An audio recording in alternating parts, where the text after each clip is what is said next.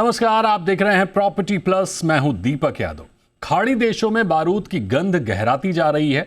Iran, Israel और United state के बीच बढ़ते टकराव ने पूरे क्षेत्र को अस्थिरता के भंवर में ढकेल दिया है। हालात इतने संवेदनशील हो चुके हैं कि अब इसकी आंच सीधे यूनाइटेड अरब एमिरेट्स तक पहुंचती दिखाई दे रही है। दशकों से सुरक्षित निवेश और वैश्विक कारोबार का भरोसेमंद केंद्र माना जाने वाला यूएई आज अचानक नए सवालों के घेरे में है। खासकर दुबई का रियल एस्टेट मार्केट, जिसे मजबूत ग्रोथ, तेज कैपिटल एप्रिसिएशन और 6 से 9% तक की आकर्षक रेंटल यील्ड के लिए जाना जाता है। लेकिन अब निवेशकों की चिंताएं बढ़ती दिख रही हैं।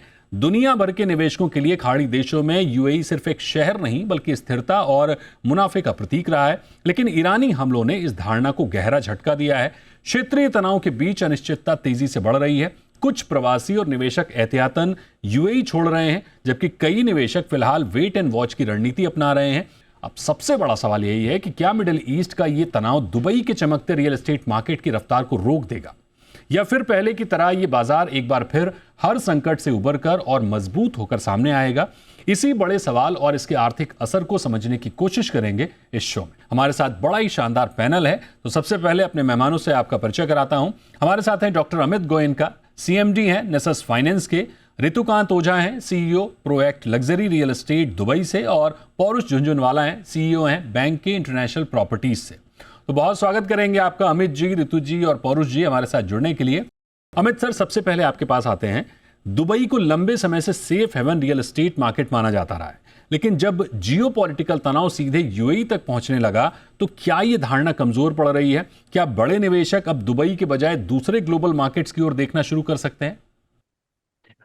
धन्यवाद और बहुत नमस्कार दीपक जी।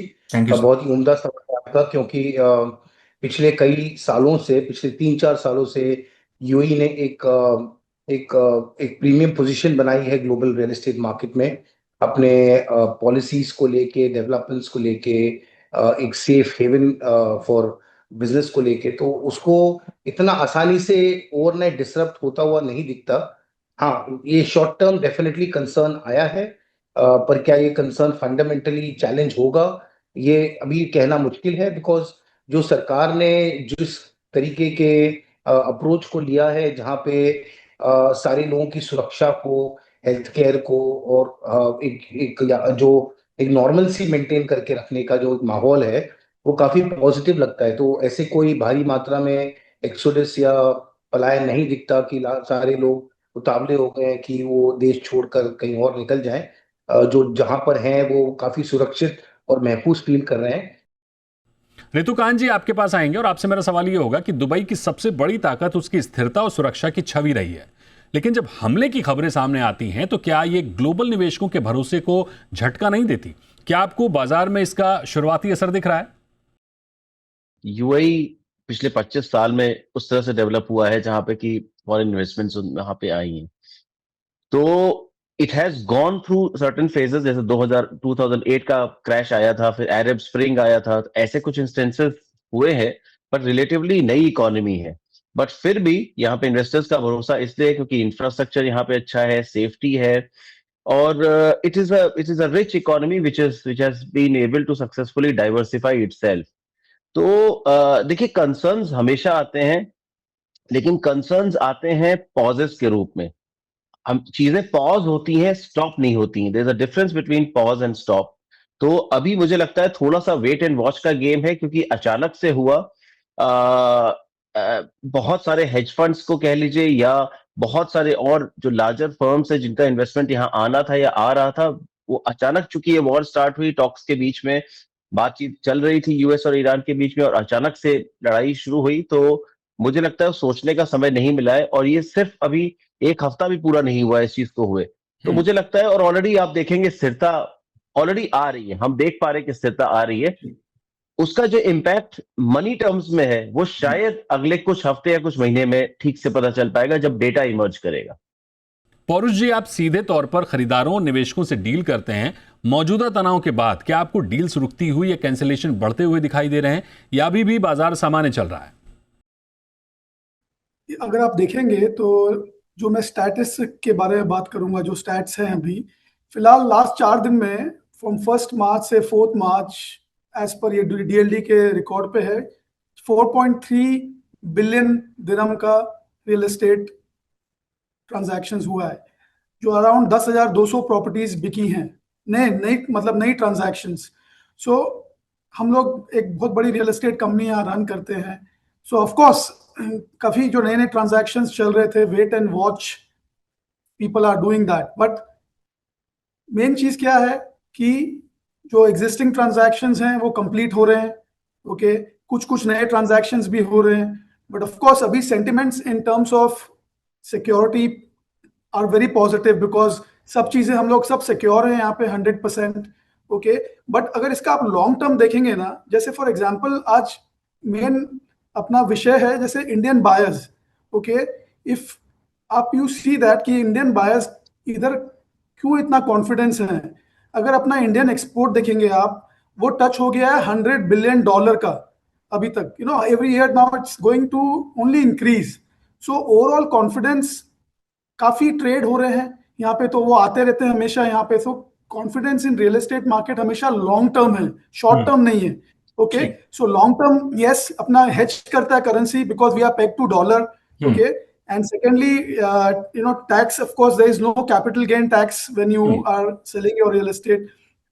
So, आप देखेंगे लॉन्ग टर्म के हिसाब से, ओके, जो भी आज रियल एस्टेट खरीदता है यहाँ पे, आज स्पेक्युलेटर नहीं है, ओके। लास्ट मतलब 1.5-2 साल से हम देख रहे हैं कि they are all long term players who are buying real estate.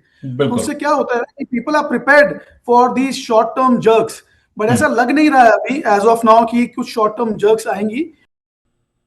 Amit sir, पिछले कुछ सालों में दुबई में प्रॉपर्टी की कीमतें बहुत तेजी से बढ़ी हैं। ऐसे में अगर तनाव लंबा खिंचता है तो क्या आपको लगता है कि बाजार में एक करेक्शन या निवेश की गति में तेज गिरावट देखने को मिल सकती है? दीपक जी, क्या है कि जो डेवलपमेंट इकोनॉमी है वो पूरा सेल्स के कैश फ्लोज पे टिकी हुई है, ऑफ प्लान सेल्स पे। क्योंकि कई सारे प्रोजेक्ट्स जो हैं उनमें फाइनेंशियल क्लोजर नहीं होता। इसका मतलब कि या तो डेवलपर के पास पूरा खत्म करने का पैसा नहीं है, ना ही कोई बैंक सपोर्ट है। तो सारा का सारा कारोबार जो है ऑफ प्लान सेल्स पे चलता है कि कितना फास्ट बिक्री होती है और कितना फास्ट जो है वो कलेक्शन आ पाता है, ताकि काम चलता रहे। अब इस सूरत में जहां पे अब आपको ये भी शायद पता हो कि 60% कंप्लीशन के बाद बैंकों ने मॉर्गेज देना शुरू किया था। आपने 60-65% कंप्लीट कर लिया तो आप मॉर्गेज लोन भी ले सकते हैं और बाकी का बकाया पैसा जो आप उससे पा सकते हैं। इस सूरत में क्योंकि कंजर्वेटिज्म है, तो आगे का कितना रुपया कस्टमर से आएगा ये क्वेश्चन मार्क में आ रहा है कि आगे का अगर सेल्स नहीं हो पाता, कन्वर्जन नहीं हो पाता, बैंक के मॉर्गेजेस नहीं डिसबर्स हो पाते, आगे की किस्तें लोग नहीं दे पाते, तो डेफिनेटली कंस्ट्रक्शन में स्लो डाउन आएगा और कंप्लीशन टाइमलाइंस के ऊपर इम्पैक्ट आएगा। तो इस सूरत में कहीं ना कहीं अगर ये चलता रहा, लेकिन गुड क्वेश्चन ये है कि ये कब तक चलेगा। और क्योंकि ये कोई भी युद्ध जल्दी खत्म नहीं होते, तो अगर ये चलता रहा कुछ महीनों तक, तो कहीं ना कहीं डेवलपर्स को, बड़े डेवलपर्स ना सही मगर, क्योंकि इस समय जो 65% डेवलपर्स हैं वो बहुत लिमिटेड कैपेसिटी से काम करते हैं। उनके कोई या तो रीजनल फोकस है या कोई माइक्रो मार्केट फोकस है या लिमिटेड नंबर ऑफ प्रोजेक्ट्स हैं। तो उनके लिए ये सस्टेनेंस थोड़ा सा सवालिया हो जाता है कि किस तरीके से काम होगा। तो कहीं ना कहीं अभी ऑलरेडी पेमेंट प्लान चल रहा था, बीच में पेमेंट प्लान जो है अब वो उसकी भी पूरी धारणा चेंज हुई, जो अब कंप्लीशन तक पूरा पैसा लेने लगे। हो सकता है उसको चेंज करना पड़े, हो सकता है कहीं ना कहीं उसको कहीं कोई और स्कीम में बदलाव लाना पड़े, ताकि जो कस्टमर का जो रुचि है वो बनी रहे। तो for the short term to medium term ये कहीं ना कहीं पुल बैक तो मेरे को इंस्टीट्यूशनल मनी का तो दिखता है। जहां तक बायर्स हैं, तो जो एंड कस्टमर है वो आज भी खड़ा है, क्योंकि वो ऑलरेडी माइग्रेट कर चुके हैं, उनको अपना घर चाहिए, कहीं ना कहीं वो अपना सेफ शेल्टर चाहते हैं। जैसे कोविड के बाद अब लोग घर खरीदने में निकल गए। तो ऐसे जब सिनारियोज होते हैं तो कोई रेंटल हाउसिंग में ज्यादा दिन नहीं टिकना चाहता, सर्विस अपार्टमेंट में नहीं टिकना चाहता, वो अपना सेफ हेवन चाहता है। तो एंड कस्टमर डिमांड शायद बना रहेगा, इन्वेस्टर डिमांड मुझे स्लो डाउन होता दिख रहा है। ऋतुकांत जी, दुबई का प्रॉपर्टी मार्केट विदेशी निवेश पर काफी निर्भर करता है। अगर यह तनाव लंबा चलता है और प्रवासी प्रोफेशनल्स का पलायन शुरू होता है, तो क्या रेंटल और हाउसिंग डिमांड पर दबाव आ सकता है? आप जो सोशल मीडिया पे देखते हैं उससे डिफरेंट होते हैं। देखिए, 3 फैक्टर्स बहुत इंपॉर्टेंट है। अभी होली थी, ये रमजान का पीरियड है, और जो स्कूल्स में हॉलीडे होती थी, जो मिड टर्म ब्रेक होती थी, उसको प्रीपोन कर दिया गया है। तो काफी लोग, और जहां जिन स्कूलों में नहीं भी हुआ है, वहां पे लोग रिलेटिव्स उनके या पेरेंट्स जो हैं उनको बुला रहे थे अपने कंट्री में कि भाई आप प्रीपोन हो गया है तो आप आ जाइए। तो इस वजह से बहुत से लोग जो गए हैं वो इसलिए भी गए हैं कि वो वैसे भी साल में जाते हैं। हम लोग भी मिड टर्म ब्रेक में, मेरी बेटी है 11 साल की, उसका मिड टर्म ब्रेक अभी नेक्स्ट वीक है, तो हम लोग भी जाएंगे इंडिया। इसलिए नहीं जाएंगे कि हमें कोई डर है मिसाइल्स का, हम इसलिए जाएंगे कि हम हर साल वैसे भी जाते हैं। सिमिलरली लोग होली में भी जाते हैं, और रमजान के पीरियड में भी लोग कई बार ट्रैवल करते हैं अपने होम कंट्री में। मेरे पास तो क्वेरीज बढ़ी हैं जब से, ये पिछले एक हफ्ते में मेरे पास नंबर ऑफ क्वेरीज बढ़ी हैं, बट क्वेरीज के साथ कैविएट्स बहुत सारे अटैच हो गए। लोग ये पूछ रहे हैं कि क्या डिस्काउंट मिलेगा, बिल्कुल। क्या 5% डिस्काउंट दिलवा सकते हैं, क्या 10% डिस्काउंट दिलवा सकते हैं, इस तरह Correct. की क्वेरीज आ रही हैं। As of now I am not aware. Amit ji और पौरुष जी शायद इस पे और इलेबोरेट कर सकते हैं। As of now I am not aware कि कोई डेवलपर स्पेशल प्लान्स लेके आया कि बिकॉज उनको स्ट्रेस हो रहा है तो स्पेशल प्लान्स लाएंगे। पौरुष जी, दुबई में भारतीय निवेशकों की बड़ी हिस्सेदारी है, लेकिन अगर जोखिम की धारणा बढ़ती है तो क्या भारतीय निवेशक दुबई के बजाय भारत, यूरोप या साउथ ईस्ट एशिया के बाजारों की ओर शिफ्ट हो सकते हैं? तो बेसिकली अगेन पहली बात तो भारत इधर है 35%, 35 to 38% are Indian population. Okay, और मैं जस्ट खाली आपको एक चीज खाली बोलना चाहता था कि जैसे अगर आप सप्लाई देखेंगे हर साल, ओके, अराउंड एवरेज अराउंड 45,000 से 50,000 यूनिट ये लोग हैंड ओवर कर रहे हैं।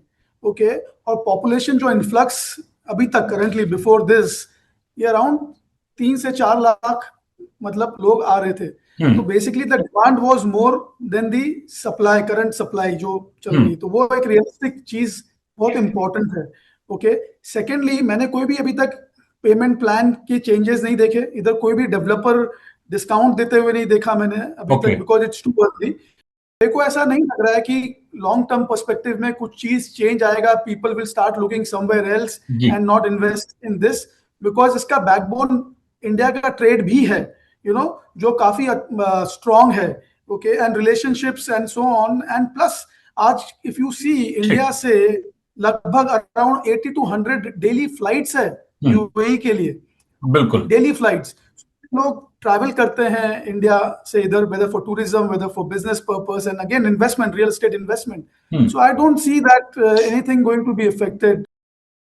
अमित जी, अगर कोई निवेशक आज नई रकम रियल एस्टेट में लगाना चाहता है तो क्या आप अभी भी दुबई को उतना ही मजबूत विकल्प मानेंगे, या फिर सिंगापुर, लंदन या भारत जैसे बाजार अब ज्यादा सुरक्षित और स्थिर विकल्प बन सकते हैं? नहीं, ये बात तो नहीं है कि कोई और बाजार उभर के आएगा दीपक जी। चाहे वो निवेश फिर वापस भारतवर्ष में हो सकता है, मगर भारत के बाहर, चाहे वो यूके हो, सिंगापुर हो या अन्य मार्केट्स में, मुझे तो कोई नई रुचि आती नहीं दिखती, बिकॉज उनकी जो दिक्कतें हैं वो काफी गंभीर भी हैं। चाहे वो आप यूके मार्केट ले, जहां से काफी बड़ी तादाद से लोग निकल के यूएई आए, या फिर सिंगापुर है जो बहुत ज्यादा महंगा हो गया है और अनअफोर्डेबल हो गया है किसी के लिए इस समय। 40% प्लस तो सिर्फ आपको स्टैम्प ड्यूटी और ट्रांसफर चार्जेस देने पड़ते हैं। तो बाकी मार्केट्स में इतना कोई दमखम आएगा यूएई की वजह से ऐसा नहीं लगता। वेट एंड वॉच मोड में जाने की संभावना ज्यादा है कि अब 3 से 6 महीने हम अपने रुक के देखते हैं कि क्या होता है।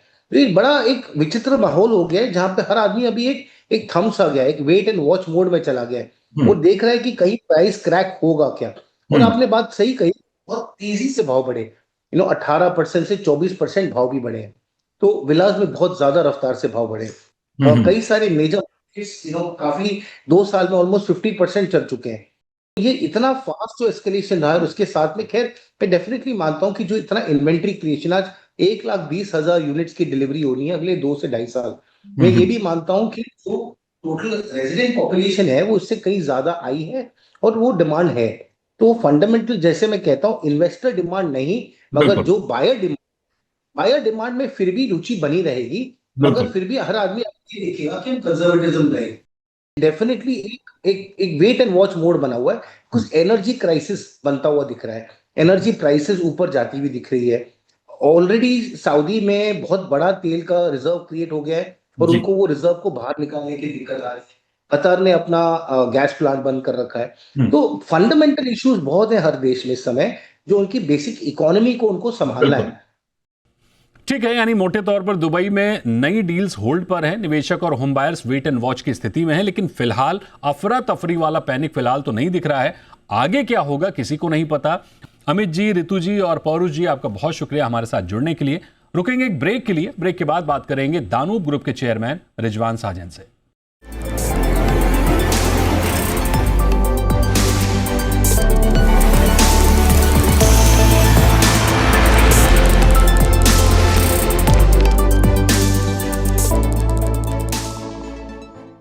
Welcome back. आप देख रहे हैं प्रॉपर्टी प्लस और हम बात कर रहे हैं यूएई के रियल एस्टेट की, जहां लंबे समय से मिडिल ईस्ट का सबसे सुरक्षित ठिकाना माना जाता रहा है। युद्ध के चलते यहां के रियल एस्टेट मार्केट पर भी सवाल उठने लगे हैं। तो क्या यह संकट दुबई के रियल एस्टेट सेक्टर की रफ्तार को धीमा कर सकता है? क्या निवेशकों का भरोसा डगमगा सकता है? और ऐसे माहौल में डेवलपर्स की रणनीति क्या होगी? इन्हीं तमाम सवालों के जवाब जानने की कोशिश करेंगे। हमारे साथ खास बातचीत के लिए जुड़ रहे हैं रिजवान साजन, जो कि दानूब ग्रुप के फाउंडर एंड चेयरमैन हैं और दुबई के रियल एस्टेट सेक्टर की नब्ज को बहुत करीब से समझते हैं। तो रिजवान सर, बहुत स्वागत है आपका जी बिजनेस पर। मेरा पहला सवाल आपसे ये होगा सर कि मिडिल ईस्ट में बढ़ते तनाव, ईरान के हमले, अमेरिकी ठिकानों पर खतरा, इन सब के बीच दुबई को हमेशा एक सुरक्षित निवेश ठिकाना माना गया है, लेकिन आज निवेशक दुविधा में है। क्या आपको लगता है कि यह संकट दुबई के रियल एस्टेट सेक्टर की ग्रोथ को झटका दे सकता है, या फिर इतिहास की तरह दुबई एक बार फिर संकट में सुरक्षित निवेश का केंद्र बनकर उभरेगा? आई थिंक थोड़ा बहुत प्रॉब्लम तो डेफिनेटली यहाँ नजर आ रहा है, मतलब एक सेंटिमेंट डाउन आया है, बट अदरवाइज अगर आप देखो तो एवरीथिंग इज नॉर्मल हो हियर। जो आप मीडिया में देखते हो कि यहाँ पे ये हो गया वो हो गया, वैसा कुछ नहीं चल रहा है भाई। जो ईरान के जो मिसाइल जो आ रहे या जो जो हमले हो रहे, वो अमेरिकन बेसिस पे हो रहे हैं, not on civilians, not on the buildings of any, किसी के बिल्डिंग में गिरा, ऐसा कुछ नहीं हो रहा है भाई। यहाँ का लाइफ अगर आप देखो एकदम नॉर्मल चल रहा है। जैसे मैं ऑफिस में बैठा हूँ, मेरी पूरी स्टाफ मेरा ऑफिस में बैठा है, सारे हॉस्पिटल चल रहे हैं, मेट्रोस चल रहे हैं, यहाँ पे पूरे ग्रोसरी शॉप्स चल रही है, टेलीफोन चल रहा है, एवरीथिंग। यहाँ पर रिपैट्रिएशन फ्लाइट्स भी चल रहे हैं और उम्मीद है कि नॉर्मल फ्लाइट भी चालू होने वाले हैं। तो आई एम वेरी पॉजिटिव कि Dubai will be back to normal very soon इंशाल्लाह। रिजवान सर, अगर जियोपॉलिटिकल तनाव लंबा चलता है और वैश्विक निवेशकों का भरोसा डगमगाता है, तो डेवलपर्स की रणनीति क्या होगी? क्या प्राइसिंग, पेमेंट प्लान या नए प्रोजेक्ट लॉन्च की गति में बदलाव देखने को मिल सकता है? ये अगर ये लंबा चलता है तो कोई कुछ भी नहीं बता सकता है। डेफिनेटली लंबा चलेगा तो obviously problem, there will be some distress sales here and there, but इसीलिए मैं हमेशा से बोलता रहा, हमेशा मेरा अगर स्पीच में मैंने कहा था हर एक इन्वेस्टर को कि व्हेनेवर, जब भी आप इन्वेस्ट करते हो ना, सोच समझ के इन्वेस्ट कीजिए, ऐसे डेवलपर के पास इन्वेस्ट करिए जिसके पास होल्डिंग कैपेसिटी हो, जिसके पास एक अगर कोई प्रॉब्लम आती है तो यू हैव टू एंश्योर के आप का माल, आपका प्राइस जिस डेवलपर से लिया है वो प्रॉपर्टी डेवलपर वो गिरा के बेचने की कोशिश ना करे because of the tension he has. और बेस्ट पार्ट क्या है, in spite of all this situation sale हो रहे हैं, और ये सेल हो रहा है, मैं जुबानी नहीं बोल रहा हूं, I am with a proof. You can go to the DLD website, land department का वेबसाइट है, उधर आप जाके देखो, लास्ट 6 दिनों में 6 बिलियन दिरहम्स का सेल हुआ है दुबई के अंदर। Okay, that's a huge money. Okay, जहां 8 साढ़े 8 होना चाहिए उसकी जगह पे 6 बिलियन, मतलब अभी भी लोग खरीद रहे। टेम्पररी फर्क आएगा लेकिन लॉन्ग टर्म में फर्क नहीं आएगा। रिजवान सर, जो भारतीय और अंतर्राष्ट्रीय निवेशक दुबई रियल एस्टेट में निवेश करने की सोच रहे हैं या पहले से निवेश कर चुके हैं, उन्हें इस समय क्या करना चाहिए? क्या ये इंतजार का वक्त है या संकट के बीच भी दुबई में निवेश के अवसर मौजूद हैं? मैंने कहीं डिस्काउंट देखा नहीं है। यहाँ पे मीम बन रहे हैं, एक कस्टमर एक फोन कर रहा है, एक आदमी, अच्छा तो ये कुछ गिरा बॉम्ब, कोई डिस्काउंट आया क्या? तो बोले नहीं आया, अभी तक तो नहीं आया। फिर वो फोन करते वापिस, आया यार कुछ सायरन बजाया, कुछ डिस्काउंट आया है क्या? कुछ नहीं आया। तो ऐसा कोई अभी कोई स्थिति नहीं आई कि डिस्काउंट यहाँ पे आया है। हाँ, जैसे मैंने बोला, अगर बहुत लंबा चलता है तो you never know what is going to happen, but right now ऐसी कोई डिस्काउंट वाली पॉलिसी अभी या डिस्काउंट वाली सिचुएशन नहीं आई, सब नॉर्मल चल रहा है। टॉप डेवलपर्स का प्रॉब्लम बिल्कुल नहीं है, वो अपने आप बिल्कुल बनाएगा, उनके पास होल्डिंग कैपेसिटी भी है, वो प्राइस भी इस तरह से कोई डिस्ट्रेस की तरह नहीं बेचने की कोशिश करेगा। तो and of course but the new developers जिनके पास कैश फ्लो प्रॉब्लम है, they might come out in the market, but उनका माल लेना या नहीं लेना that the investor has to decide, because वो माल बना पाएगा कि नहीं बना पाएगा, that is another question mark. It all depends on your thinking, आप कितना भरोसा कर सकते हो दुबई के ऊपर।